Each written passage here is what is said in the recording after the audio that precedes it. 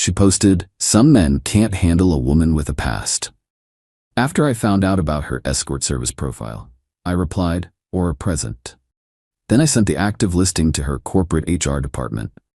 I, 36 male, am a cybersecurity analyst. My entire world revolves around data, patterns, and firewalls. I find vulnerabilities, assess threats, and neutralize them. It's a very black and white job. A system is either secure or it's compromised. There is very little room for gray. My girlfriend of 2 years, Serafina, 33, lived in the gray. She was a senior director at Veridian Strategy Group, a massive consulting firm. Her job was all about nuance, perception, and managing client relationships. She was charismatic, ambitious, and impeccably polished. We had a great life, or so I thought. We lived in a beautiful high-rise apartment.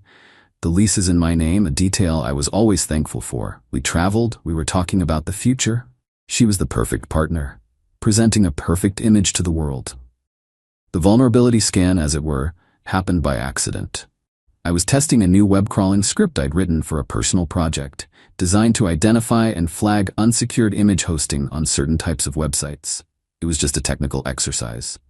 I set the parameters and let it run.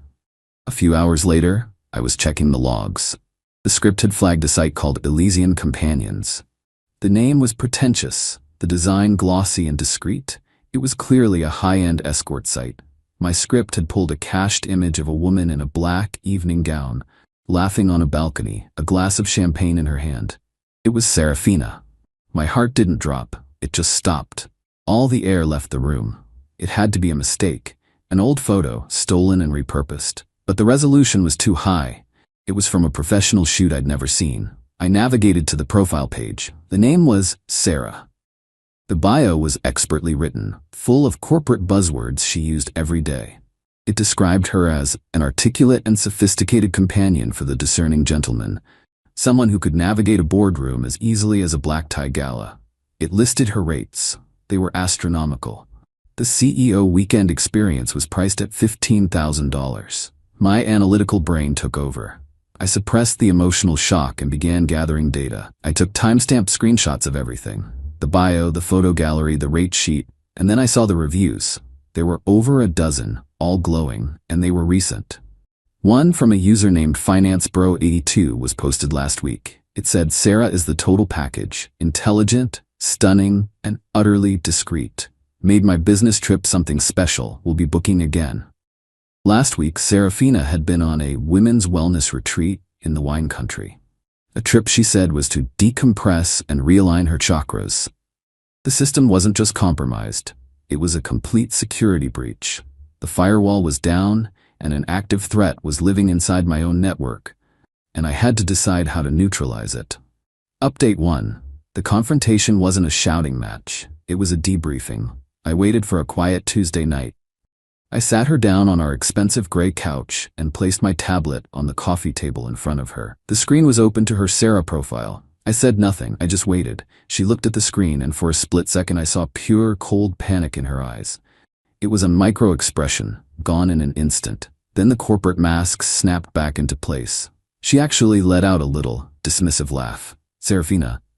Oh God, you found that. How embarrassing." Me. Embarrassing is one word for it.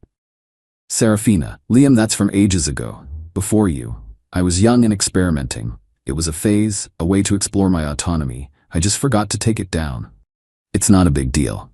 She was trying to gaslight me, to frame it as a quirky part of her wild past, and frame my discovery as an insecure intrusion. It was a masterful performance.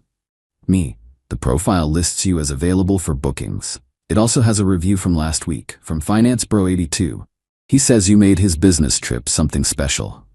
The blood drained from her face, the data point she couldn't spin. She saw I had done my research.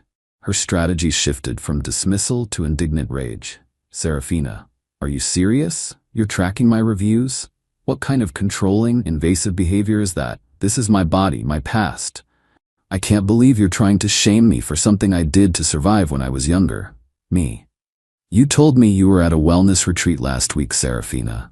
This isn't about your past, it's about your present. You are actively running a business as a high-end escort while in a committed monogamous relationship with me. You are lying. It's a fundamental breach of our entire agreement." Agreement? This isn't a business contract, Liam. It's a relationship, and you're violating my trust by digging into my life like this. The circular logic was stunning. My discovery of her lie was a greater betrayal than the lie itself. I felt that cold, detached clarity I get when I'm looking at a complex security problem. Me. It's over, Serafina. She stared at me, dumbfounded. What? You're breaking up with me over this? Over a part of my past I haven't even told you about yet? I'm breaking up with you over the part of your present you actively lied about. The lease is in my name. I'm giving you 30 days to find a new place to live. That's the legal requirement, and I will be following it to the letter. The argument that followed was draining.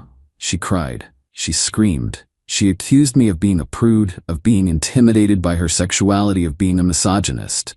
It was like she was throwing a whole dictionary of buzzwords at me, hoping one would stick. I didn't engage. I just repeated the facts. You have 30 days. Please make your arrangements. She's still here, for now. The apartment is a battleground of passive aggression. She's alternating between trying to seduce me, don't you miss this? And trying to guilt me. I can't believe you're throwing me out on the street. I know this is just the beginning. A cornered system will try to launch a counterattack. I'm just waiting to see what form it takes. Update 2. 1 month later. The counterattack came as expected, and it was public. Serafina spent the first 2 weeks after the confrontation trying every manipulation tactic in the book.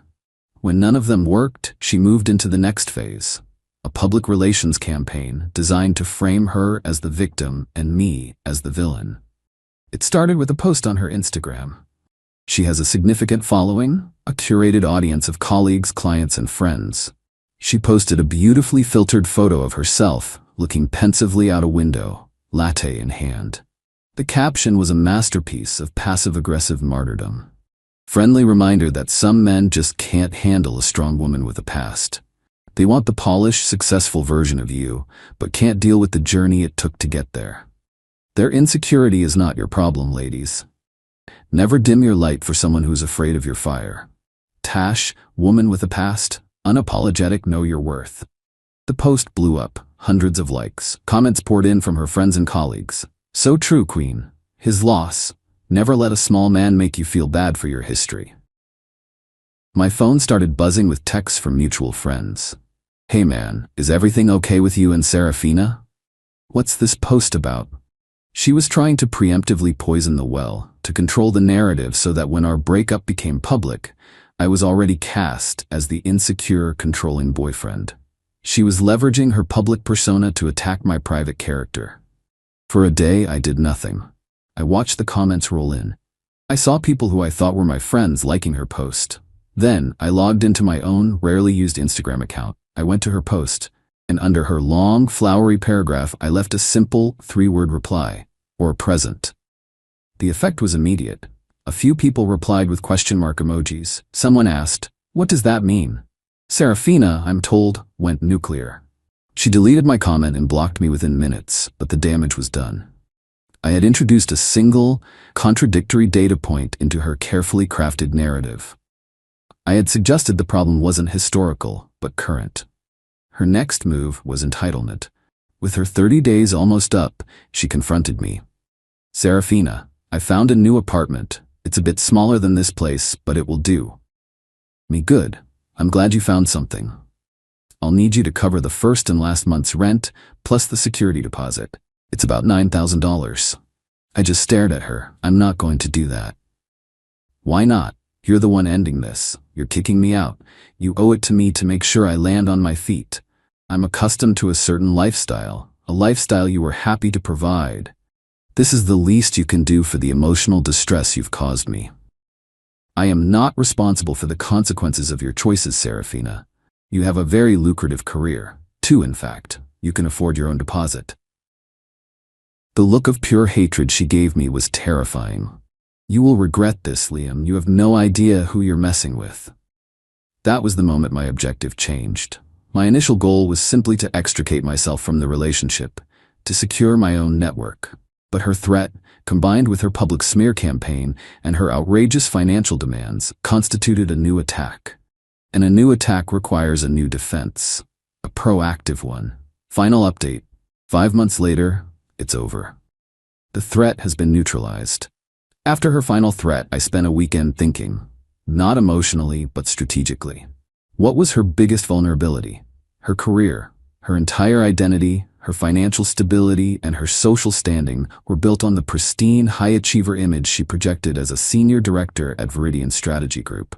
Her side business was a direct and catastrophic threat to that image. I went to the Viridian Strategy Group's corporate website. It wasn't hard to find their global code of conduct policy.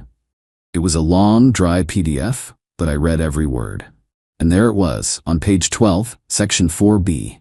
All employees, particularly those in client-facing roles, are expected to conduct their personal and professional lives in a manner that does not bring the firm into disrepute. Any outside business activities that could create a conflict of interest or pose a reputational risk to the firm or its clients must be disclosed and approved. Failure to do so is a serious breach of contract and grounds for immediate termination. It was a kill switch. I didn't want this to be a messy personal affair. I needed a clean, anonymous solution. Viridian, like most large corporations, had an anonymous ethics and compliance hotline managed by a third party. It was a whistleblower portal designed for reporting fraud or corporate malfeasance. It was perfect. I crafted the message carefully. I didn't write it as a scorned ex-boyfriend. I wrote it as a concerned, anonymous party. To Viridian Ethics and Compliance, from a concerned party. Subject: potential reputational risk and code of conduct violation, SVANCE. To whom it may concern, I am writing to anonymously report a situation that poses a significant reputational risk to Viridian Strategy Group. A senior director, Serafina Vance, appears to be engaged in an undisclosed outside business activity that is in direct violation of the company's code of conduct. Ms. Vance maintains an active profile on a high-end Escort website under the alias Sarah. The profile markets her services for social and private engagements at a significant fee. Given Ms. Vance's senior client-facing role, this creates a severe potential for conflicts of interest, blackmail, and significant damage to the firm's brand integrity should this information become public. For your verification, the active profile can be found at the following URL, linked to her Elysian Companion's profile. I have attached timestamped screenshots of the profile, rate sheet, and recent client reviews for your records. I trust you will handle this sensitive matter with the appropriate discretion. I submitted the report. I attached the screenshots. Then I closed my laptop and went for a long walk. It was done. The outcome was now out of my hands, left to the predictable, merciless logic of corporate risk management. Serafina moved out a week later. The day she left was quiet and cold. She didn't say a word. About a month after that, I heard from a mutual acquaintance. They asked if I knew what happened with Serafina. I said I didn't. They told me she had been abruptly let go from Viridian. There were rumors of a major breach of contract, but no one knew the details. She had apparently vanished from their professional circle, her LinkedIn profile scrubbed of any mention of her former employer. A few weeks ago, I got a string of texts from a number I didn't recognize. It was her. They were rambling, furious, and pathetic. She accused me of ruining her life, of being a vindictive monster. She said her life was over, that she had lost everything. She had no idea it was me who submitted the report, but she assumed I had somehow spread rumors. I read the messages. I didn't feel triumph. I didn't feel joy. I felt a quiet sense of order being restored. She had built a life on a foundation of lies, and a single, well-placed data point had brought the whole unstable structure crashing down. It wasn't my fault. It was a matter of physics. I blocked her number. I changed the locks on the apartment. My life is quiet now. I go to work. I debug code. I maintain my firewalls. My network is, for the first time in a long time, completely secure.